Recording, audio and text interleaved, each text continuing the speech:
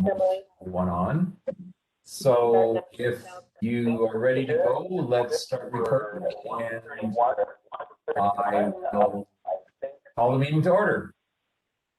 So the State Archives Oversight Committee is called to order on August 12th, 2021 at 1:32 p.m. So let's have introductions of the committee and staff. So how would you like to go about this? Steve, do you have thoughts, or so we just start down the list? We have our roster here. Maybe we just need to call the roster. Why don't we do that? I think that would be a great idea. Okay. And you want me to go down the list, Jerry, or do you have it in front of you? I have it in front of me if you would like. Yeah, go ahead. Just take the roll call. See who's here. All righty. So, Chair, I'm Jerry Pettit, Kittitas County Auditor. Jill? Yep, Jill Bolts, Kitsap Transit, Clerk of the Board, Public Records Officer. Hey, Jill, we're barely hearing you. Vicki? Is Vicki on the call? And I understand Tim is no longer on the committee. Rick? Good afternoon, I'm Rick. And you are from Bellevue School District, is that correct? Yes, I'm the records manager. Perfect, thank you. Heather? Heather Kinsley, City Attorney for the City of Richland. Awesome. Peggy? I am here. I am the Lincoln County Clerk. And Jody? Is Jody on the call? Okay, let's go to the association representative, Sheila. I'm here, Sheila Gall with AWC. And Sheila, what position do you hold at AWC? I'm AWC's General Counsel. Cool, thank you. Is Jennifer Wallace on the call? Mary Ann? Jerry, excuse me. She had emailed me to make sure that I would pass this on, that her flight from Spokane home was delayed. So she was going to be in the air during the meeting time. Okay, cool. Thanks, Peggy. Mary Ann, are you on the call?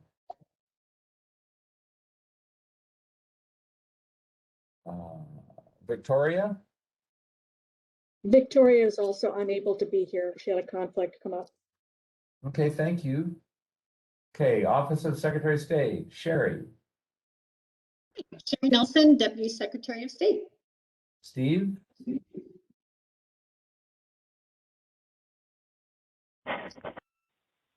I know Steve's here. That mute It button. would help if I unmute. Steve Excel, State Archivist. Yeah, those buttons will get you every time. Yep. And Terry will not be joining us, and Russell Wood will not be joining us today. Okay. Nita, are you on the call? I think June is on the call.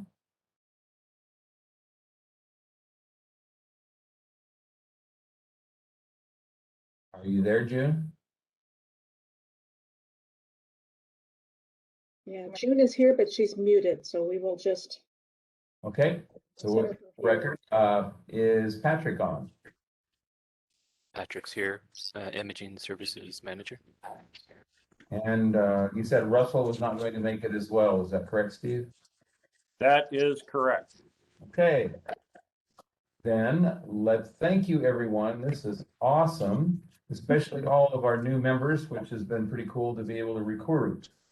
So let's start to go through today's agenda. So do we have a motion to approve the agenda? I would so move. Who made the motion? Steve here. Okay, Steve, do we have a second? Second, Vicki. Hi, Vicki, you did make it. Perfect. Yeah, it was interesting. It kept glitching. So it took me about 5 minutes to actually get on. So Vicki, would you introduce yourself? I'm fixed. You're fixed? Vicki, would you introduce yourself, please? Oh, I'm sorry. I'm the one with the problems at the moment. I'm Vicki Dalton, Spokane County Auditor, been around recording AOC forever. Not quite back to dirt, but close. Okay. So we have a motion and a second to adopt the agenda. Any discussion? All those in favor signify by saying aye. Aye. I, Any opposed? Motion carries. Alrighty, so let's go drive right into this. So do we have any announcements from Steve Excel? I'll be very brief on the 20,000 foot level. Last year was wild and crazy. Our facilities were closed for a good part of the year, and then we had the various counties and regions opening at different times. I'm pleased to say right now all of our facilities are open and operational.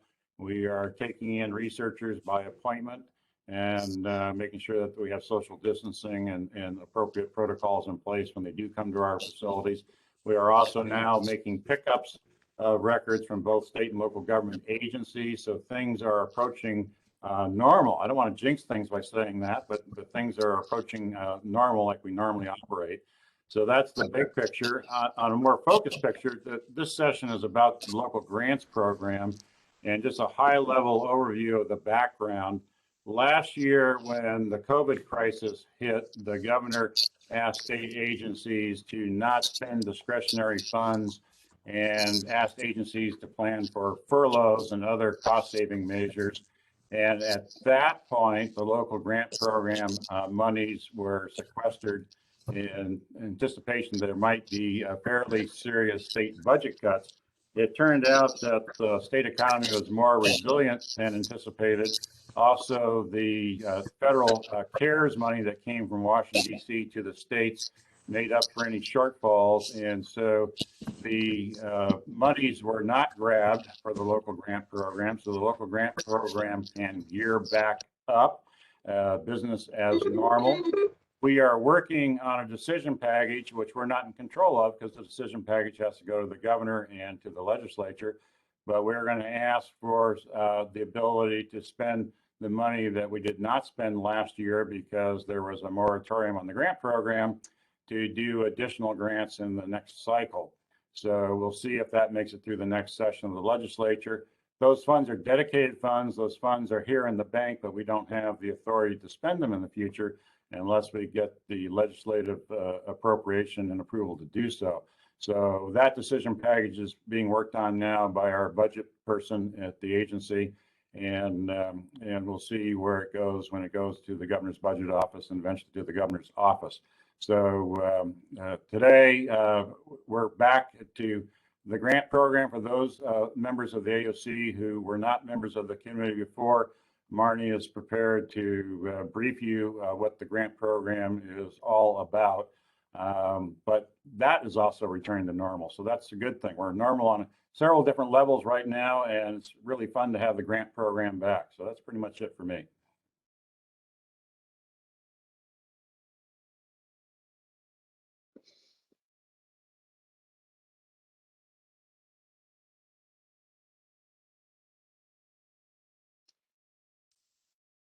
All right, I guess I will take on the. Sorry, I was on mute. I've got some construction going on outside my room and things are banging, so I've been putting myself on mute.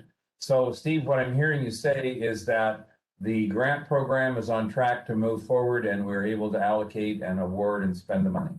Yeah, we do have money for this cycle, and so we are starting a new cycle. But we may get additional money in the future if the legislature gives us the go-ahead to spend some of the savings that we accrued last year by not having the grant program. That's still speculative because even though the money is in the bank, we don't have the authority to spend it until they give us the authority to spend it. So we'll let you all know what happens as this moves through next session or through the budget process. But we do have the funds in hand for the current grant cycle that we're talking about today. Okay. So for everyone, any of the new members on the committee, if you let me know or let us know if you're not familiar with the program that we are going to begin working on through this cycle.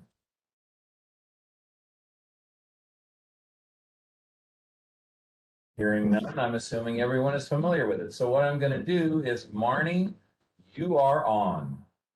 Great, thanks, Jerry.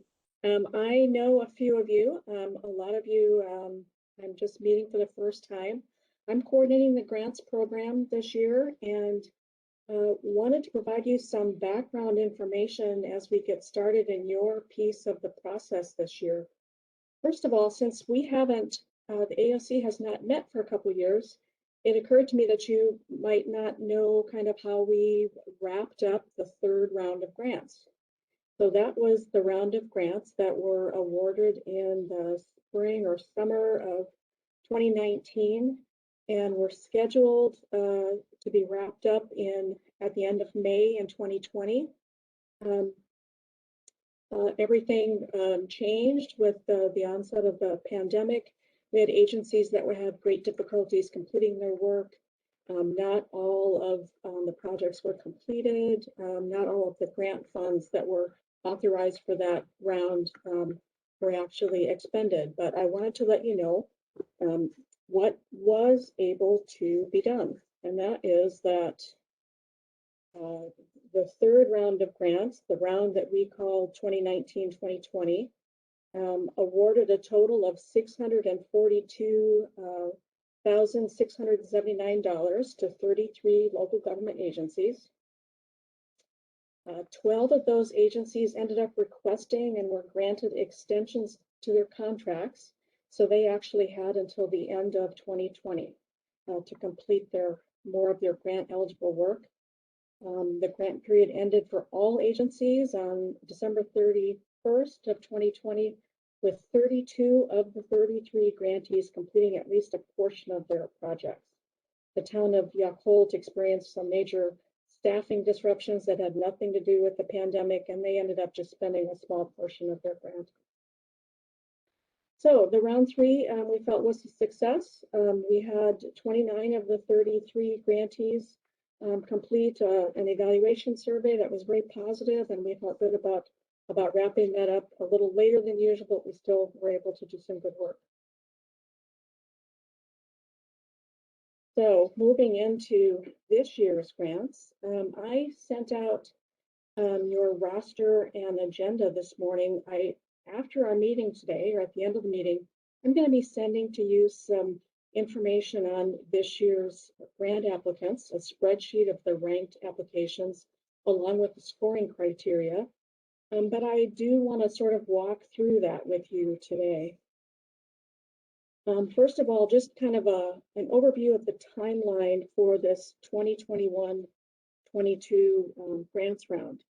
We announced that this grants round would be opening at the end of April. We provided consultations and trainings leading up to that.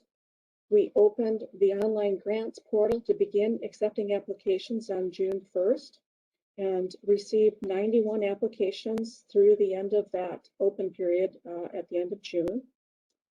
The last few weeks, our staff has been reviewing the applications, ranking each application against some scoring criteria that I'll be sharing in a minute. And we've pulled together a ranked list of applications for your review.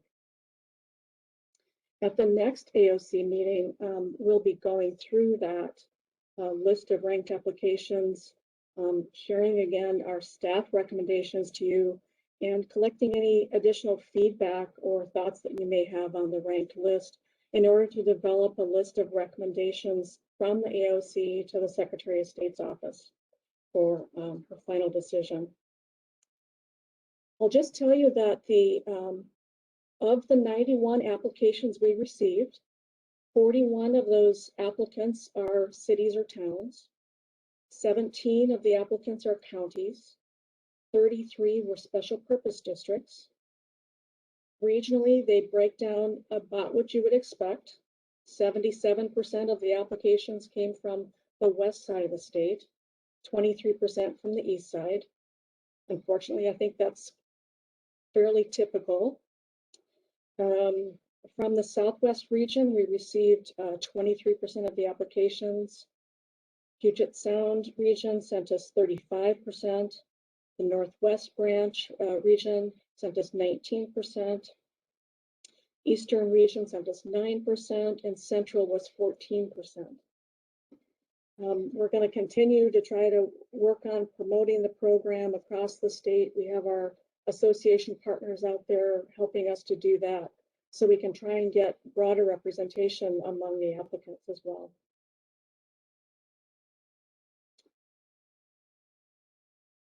Let's see, my next item is to talk about our scoring criteria.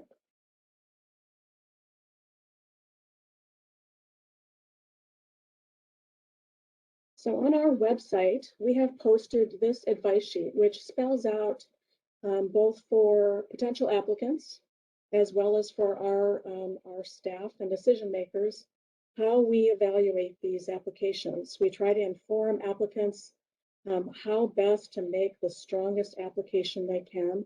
And this also provides our staff guidance on how to score these applications. Our reviewers on staff we're responsible for applying the first three criteria from this advice sheet. We tried a little something new this year to try to make our approach a little bit more systematic in our scoring. First of all, as you can see, the first criteria is, was the problem clearly defined? 25 of the potential points are assigned for how well the applicant defines their problem. In particular, our reviewers look for measures. How many of the applications really got into measures of the obstacles that they were encountering, ways that they saw negative impacts on their ability to meet public records requests, trying to quantify those impacts of their records management problems in a way that showed they really understand their problem and helped our reviewers understand the depth of that problem as well. The second criterion is the project proposal. Was it clearly defined? And for this criteria, an applicant could earn up to 40 points on that. So again, measures are very important here. We looked for some indication that the applicant has a good grasp of good records management practices. If they've conferred with their records management consultants in their branches, if they've talked to us here at the archives, if they've been working with their archivists, they're going to show that they have taken in the knowledge, they've taken the training they need to be able to understand a potentially successful approach to solving their problem and communicate that in their application. So that's the sort of thing we look for here. The third criteria is, how will the project help fix the problem? So tying that action back to the problem to show us they understand that that this is an immediate problem they're going to try and address and make changes, and also that their project will have a longer term life and that their project will show sustainable results. So this isn't a problem that keeps coming back or keeps growing over time. So again, this third criteria, an applicant can earn up to 25 points. This year, this fourth criteria on small agency preference is something that we decided to approach more systematically. Instead of having the reviewers who are going through the applications come up with up to 10 points per application, we developed a way to calculate what we thought would be appropriate points to assign to an agency to give them a small agency preference. This is something that we were asked by the legislature to do with this program. It didn't have a lot of detail, any detail as to how we could best go about that. But the system that I came up with to try and quantify this is to look at three factors. In the application, we ask agencies to tell us their population served. We ask for their number of full-time employees. And we ask for their type of agency. So for those 10 points, I broke it down to up to 8 points were assigned to agencies based on how many, what their population is they served. 1 point was assigned for the ratio of population served per employee. So that's getting at the relative burden on the employees of that agency to meet their records management requirements. And the last point I assigned based on the differences between the 3 types of agencies who can apply for these grants. We have cities and towns and counties who are all eligible for the program. We also have special purpose districts. I thought it made sense for agencies that have a broader range of functions and responsibilities, that being cities, towns, and counties, to benefit from that over special purpose districts who, by definition, have a single or very limited functions.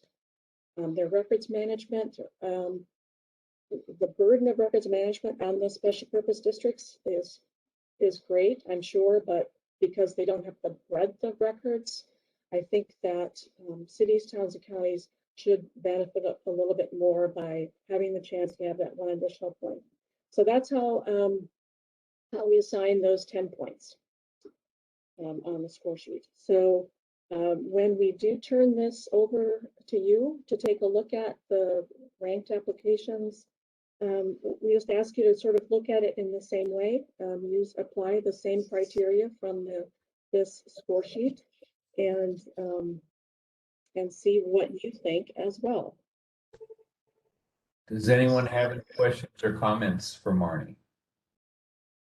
What was the total number of points? Up 100 points. Okay. Right. So I would just like to share that, and I am an applicant, so I will disclose that, but I guess I don't know that I totally agree with the points regarding special purpose districts. I mean, I work for a transit agency, and I dare say that we probably have more projects in the works than some of our counterparts at cities. So, I mean, and we employ probably more employees than others. So I don't know that, I mean, it's probably a broad statement and for water and sewer utility districts, but if you're lumping any of our transit agencies into that, I don't know that I would agree. okay.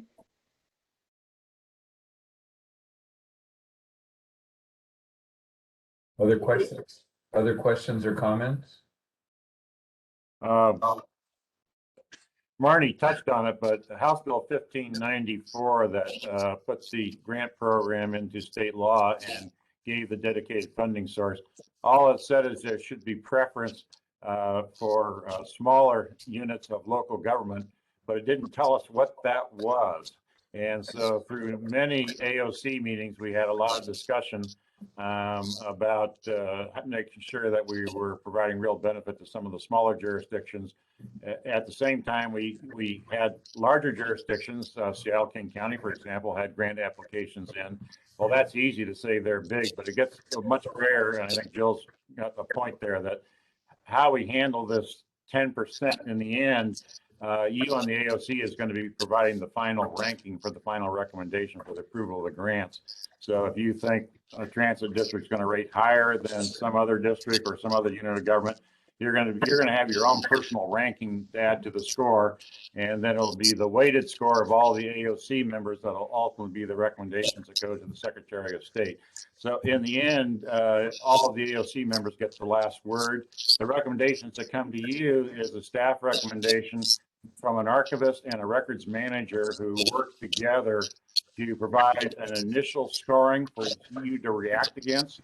But you definitely have the last word in terms of the ranking that moves forward to the secretary for her approval. So that's absolutely true. And for a person who has been here from the start of the grant program, we've had many long discussions about how to manage the awards of the grants.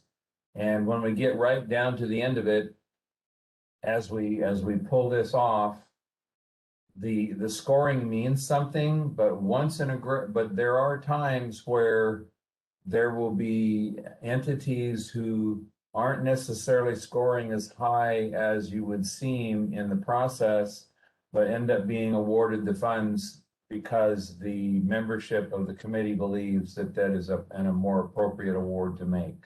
So Jill, maybe for your comfortability a little bit, this thing doesn't totally and absolutely go along scoring guidelines.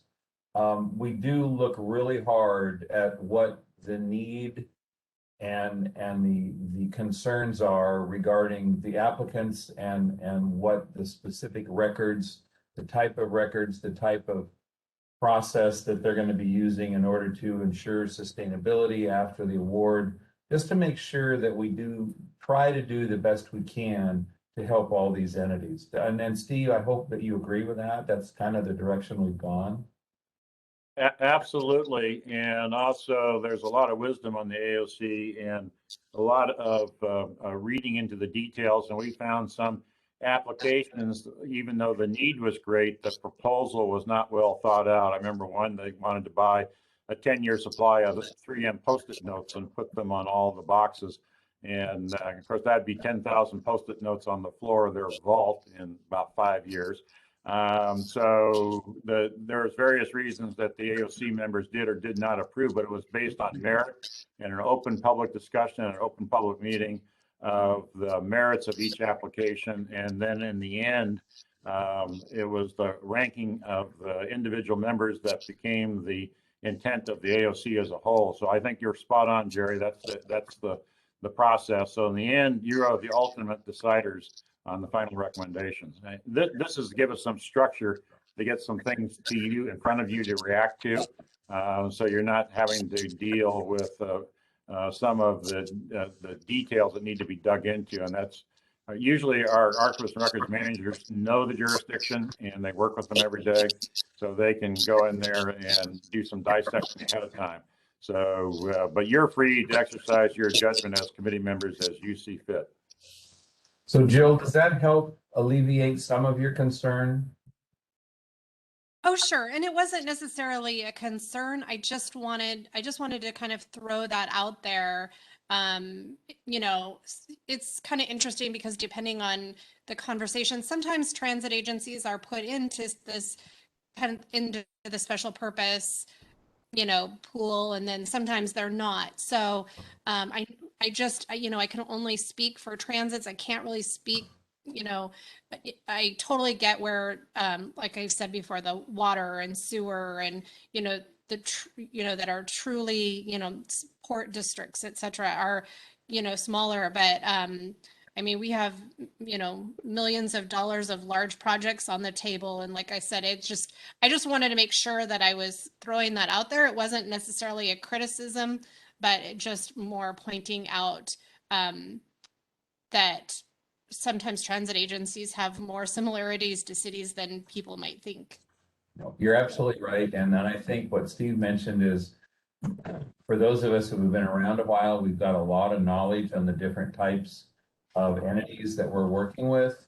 And, you know, that discussion in the past has been really interesting regarding where we end up supporting or recommending the awards of some of these grants. And I think as we move forward with this process, I think you'll find that interesting and in some ways really powerful as far as for each of us having our separate, from the separate directions that we come from and how we end up pulling all that together. So I appreciate the bringing the subject up. Thanks. Yeah.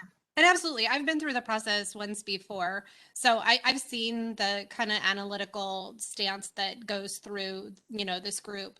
So I totally appreciate that. I just wanted to throw that out there. It wasn't criticism. Nope, absolutely. Thank you. And the committee has made some tough decisions in the past. When we have a cutoff line, we only have so much money. We don't have money for all the grants.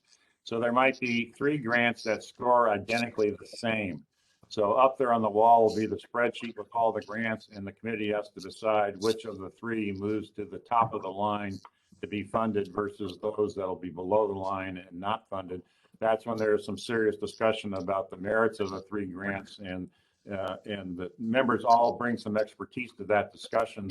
And usually after 10 or 15 minutes, it's resolved, and we have somebody above the line, somebody below the line, but based on merit, based on analyzing the applications that were in front of everybody.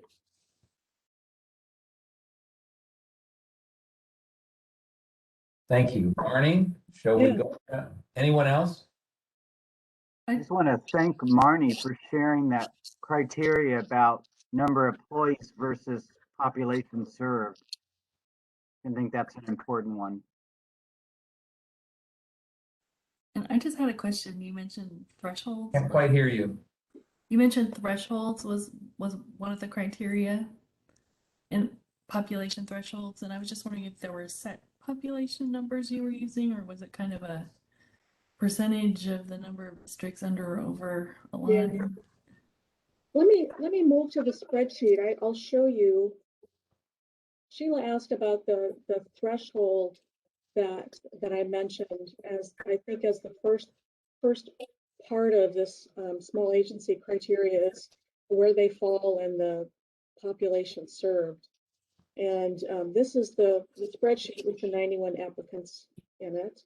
Over to the right, I've shared a little information about how I arrived at that small agency calculation.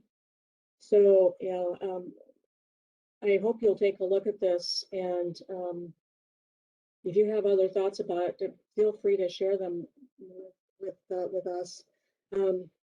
So again, up to 8 of the points were awarded based on population served. And I just went with 10,000 as the cap that we would consider awarding points for a small agency. And then broke those 8 points down into equal ranges within that 10,000. So that's something, these are things that I would be happy to discuss tweaking this if you feel that that's something you'd like to revisit.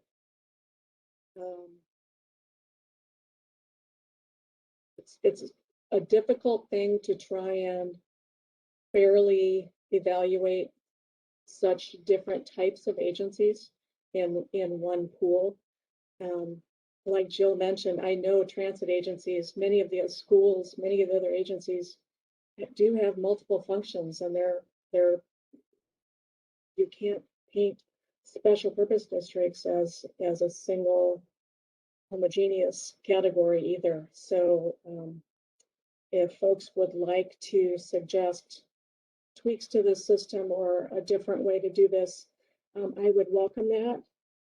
I'll just say that we're not talking about a lot of points.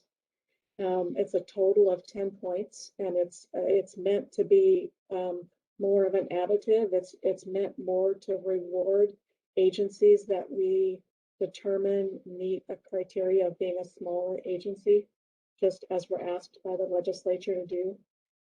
So 90% of the points that you see awarded are based on the merit of the application, the merit of the project.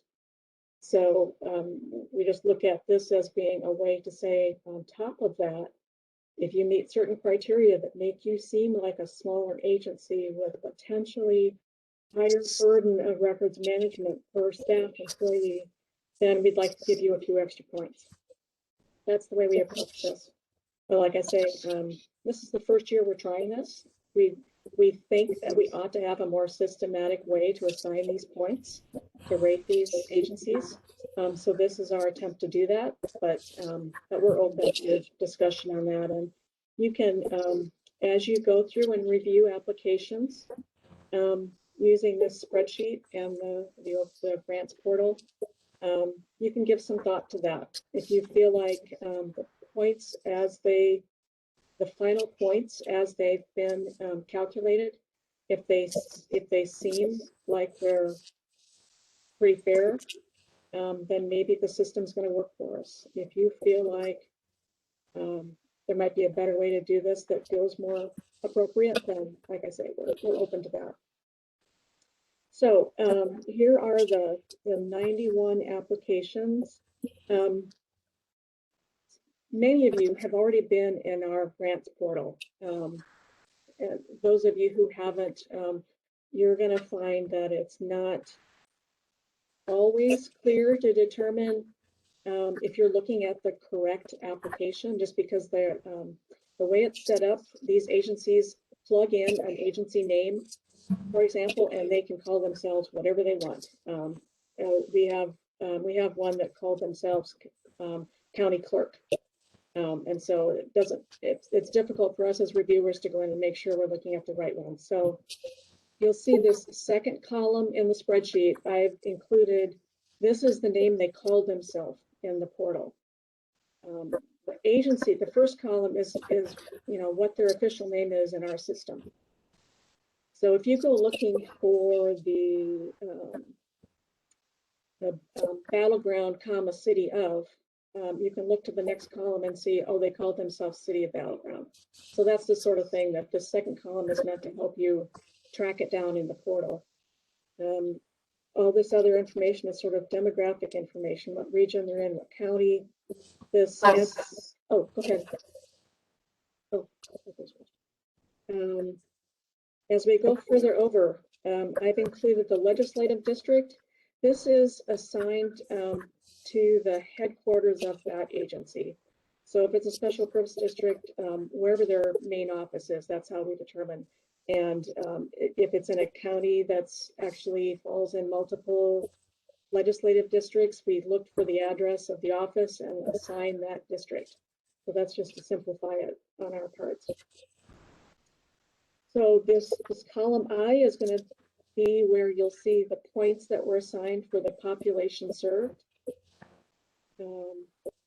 Here's the points for a ratio of population served to number of employees. I added up all of the potential points for small agency. That's this column O. Over to the right, you'll see what type of grant it was, the amount requested.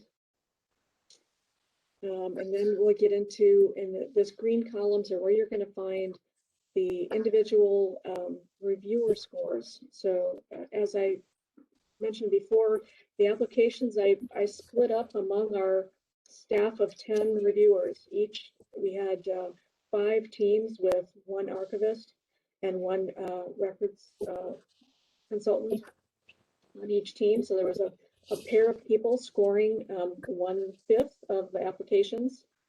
I tried to assign the applications to reviewers regionally. So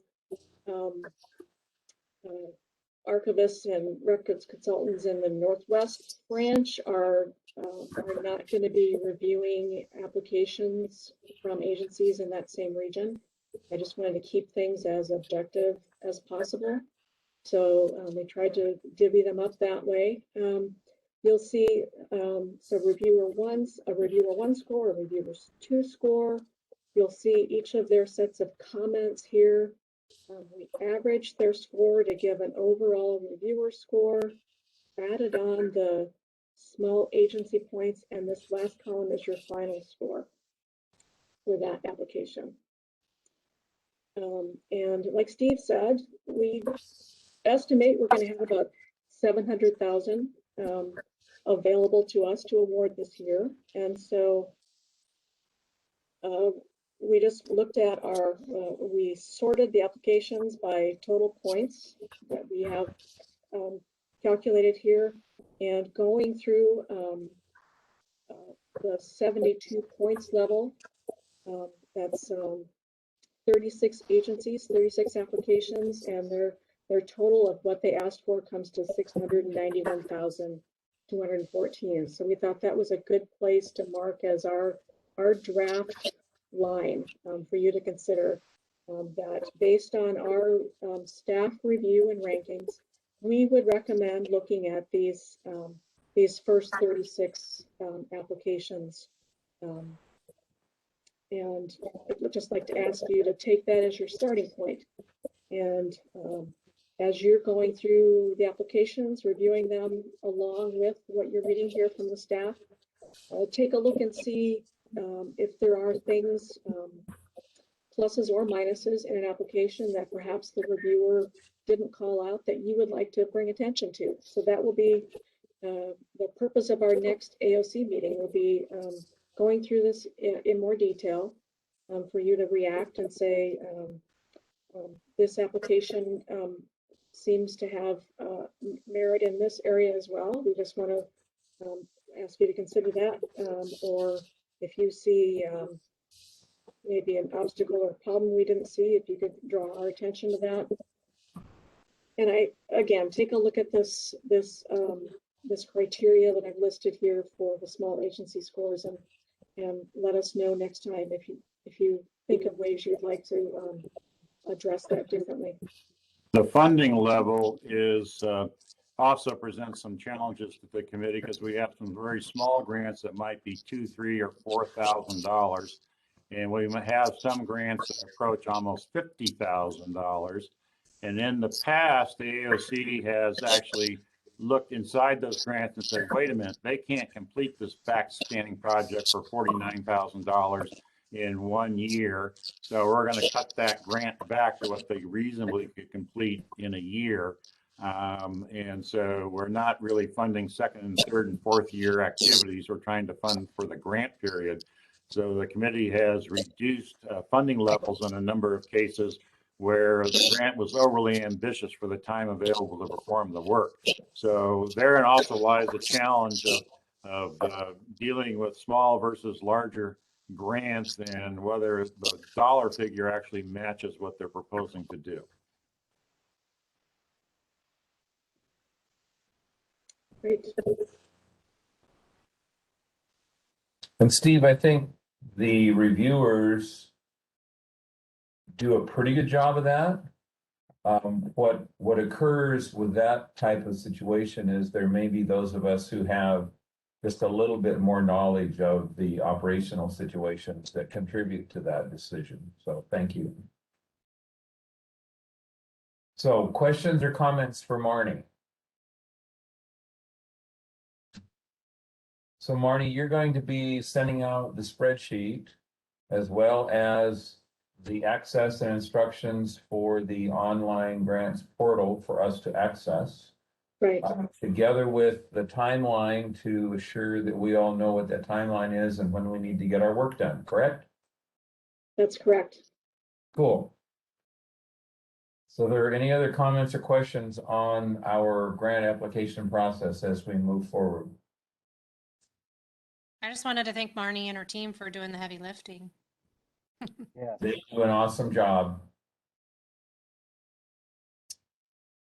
Okay, so let's move to other business. Steve, Marnie, or anyone, do we have other business that we need to bring up other than what we've had for the agenda? No, but we will let our newer members know that when we're not totally absorbed with grants, the AOC does a number of updates of what's happening at the archives at both the state and local government levels.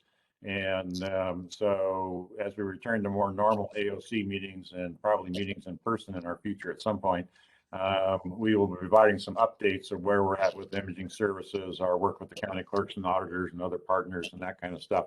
But today's focus and for the scoring meetings, we focus exclusively on the grants and leave out the other reports. But when we have other AOC meetings, we'll have other business other than just grants. So I do have an item, and I have let Steve know this, but I want to announce today that you guys have until close to the end of next year to identify a new chair for the Archives Oversight Committee. I will need to step back as we get closer to the end of next year. Happy to continue to serve through that period of time, but we need to have someone hopefully volunteer to take on the role. It's not a big role. Mainly it's just leading the meetings, but there's also a little bit of coordination of putting the meetings together. It's really not a large project, but we would like to have someone maybe step forward to take that role on. Thank you. I've been chair for quite a while, and I've been on the Archives Oversight Committee for almost since I've been county auditor, which has been I've probably been on the AOC for about 15 years. So it's all good stuff. Anything else? All right, we get to finish early. Woohoo! A big thank you to everyone. We appreciate the time you're going to be putting into this grant program, and the grant recipients will really appreciate the time you put into this program. So thank you. And I also want to thank all of our new members for stepping up to be a part of this. You will learn so much about not only our grant program and that process, but about what the state archives is all about, with some huge opportunities through this process. It's just a really, really awesome thing. All right. Jerry, I do have one question. This is Peggy. I know that Jennifer in her email, I think, had asked if we were recording this, which obviously it was recorded. Is that well known how to access this meeting information when it's been recorded? Not necessarily, but I think we could probably provide that opportunity. Can we not, Steve? Yeah, I think the primary purpose was to be able to write the minutes afterwards, because we used to tape the AOC meetings with everyone's permission and do the minutes, but there's no reason why the tape couldn't be made available. We'll have to figure out with our technical people that how to give everyone access to that. But I know it's technically possible. We just have to figure out how to do it in our own shop. Well, and I just know that she had mentioned that, and I'm not sure if there's anything worthy of listening to the recording from this meeting, but I thought I'd just ask. Well, Peggy, I think there actually is. Jennifer's not been involved in this, so I think anyone who is not on the meeting, who has not been a part of the process, I think it would be very worthwhile for them to have an opportunity, at least for nothing else, to listen to Marnie's presentation. That's true. On how we're going to be working through this. Very true. Thank you for asking. Okay, Marnie, you got a new assignment here. Yeah. Figure out how to get the recording accessible to our troops. Yeah, and Marnie, this is Sherry. Kelly Keller can help you because we've been recording our library archives building meetings, and she's been sending those out to absent committee members, so she can help you with that. That's good. Great. I'll check with her. Thanks. Thanks, Sherry. Okay, anything else? Thank you all again. Meeting adjourned. Thank Thanks, you. everybody. Thanks, Jerry. Thank you. Bye.